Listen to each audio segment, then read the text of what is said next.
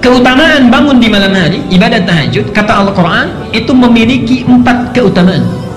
Tambahan yang tadi, memiliki 4 keutamaan lain yang tidak akan pernah diberikan kepada orang yang tidak tahajud, bahkan sekhusyuk apapun sholat yang lainnya. Misal, antum sholat fardunya khusyuk luar biasa, tapi nggak tahajud, nggak akan dapat yang 4 ini. Apa itu? Dibuka di surat Al-Isra, surah ke-17, ayat 79 sampai dengan 81. Mari kita lihat surahnya.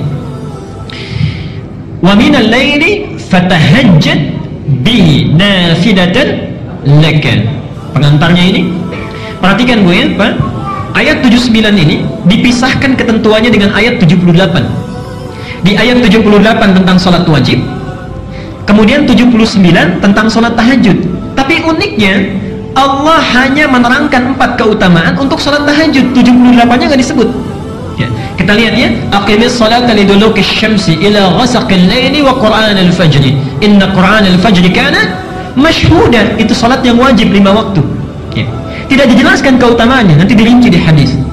Tapi ketika menerangkan tahajud ayat 79-nya, wa minal laili fatahajjad bihi, dan di antara sementara malam tunaikan olehmu tahajud nafilah. Itu hanya sunnah saja, muakkadah hukumnya, sunnah yang sangat ditekankan.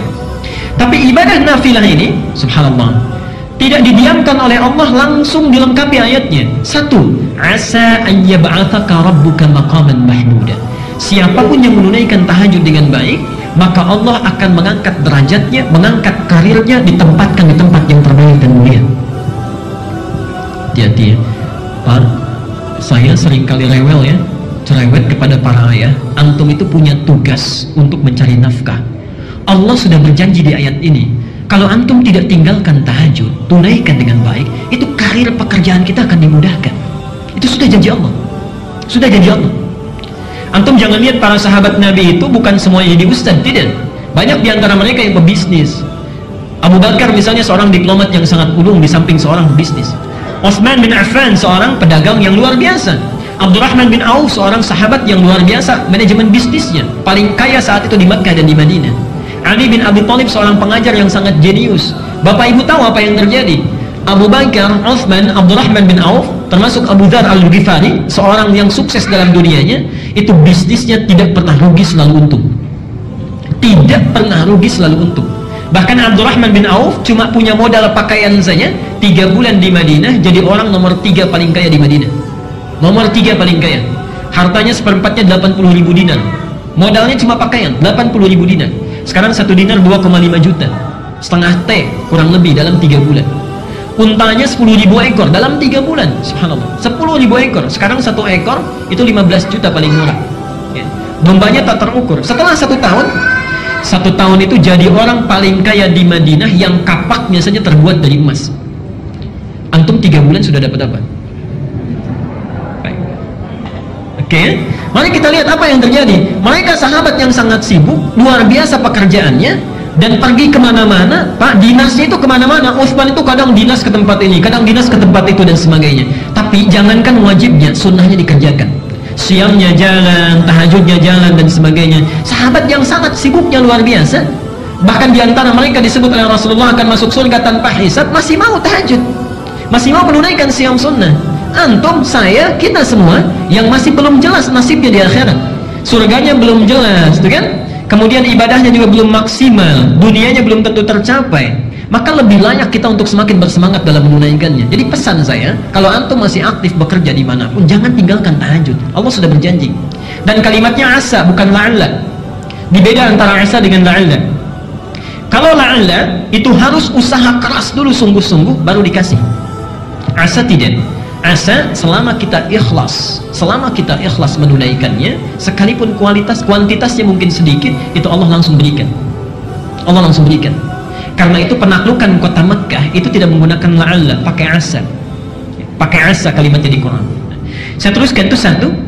Yang kedua, kita lanjutkan dulu. Allah berjanji akan memudahkan setiap awal aktivitasnya. Bahkan hebatnya tahajud, langsung kita yang diminta oleh Allah. Asa yab'atsaka rabbuka maqaman mahmuda. Kalau engkau bangun tahajud, karirmu, pekerjaanmu akan dimudahkan oleh Allah, ditempatkan di tempat yang terbaik. Kemudian diperintahkan kita, waqul, katakan. Saat tahajud itu mintakan kepada Allah, Rabbi adkhilni mudkhala sidqin.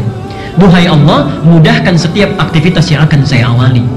Di antum kalau punya persoalan, misalnya akan memulai pekerjaan, ibu akan memulai aktivitas, anak akan memulai sekolah, mulai kuliah, bangun malam, ini perintah Allah, katakan di malam harinya, ya Allah mudahkan setiap saya akan mengawali aktivitas. Janji Allah yang kedua, Allah akan mudahkan setiap aktivitas yang dia lakukan. Yang ketiga, Allah akan lepaskan, bebaskan dia dari segala kesulitan yang sedang dialami. Wa akhrijni mukhrajan sidqin. Kalau di kantor itu enak saja atau kadang ada kesulitannya, Pak? Ibu juga begitu ya. Pekerjaan kan tidak selamanya mulus.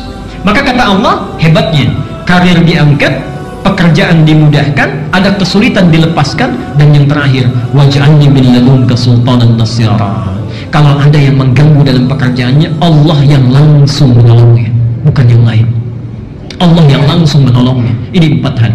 Karena itu, dari keutamaan-keutamaan ini, Nabi diperintahkan sebelum turunnya perintah sholat 5 waktu, Rasulullah sudah menunaikan sholat ini, sholat malam, sudah didawamkan. Turun surah Al-Muzammil, surah ini mewajibkan Rasulullah menunaikan sholat tahajud. Jadi asalnya tahajud itu wajib bagi Nabi. Nanti setelah turun ayat yang ke-20 di surah Al-Muzammil, ayat yang terakhir, pindah menjadi sunnah.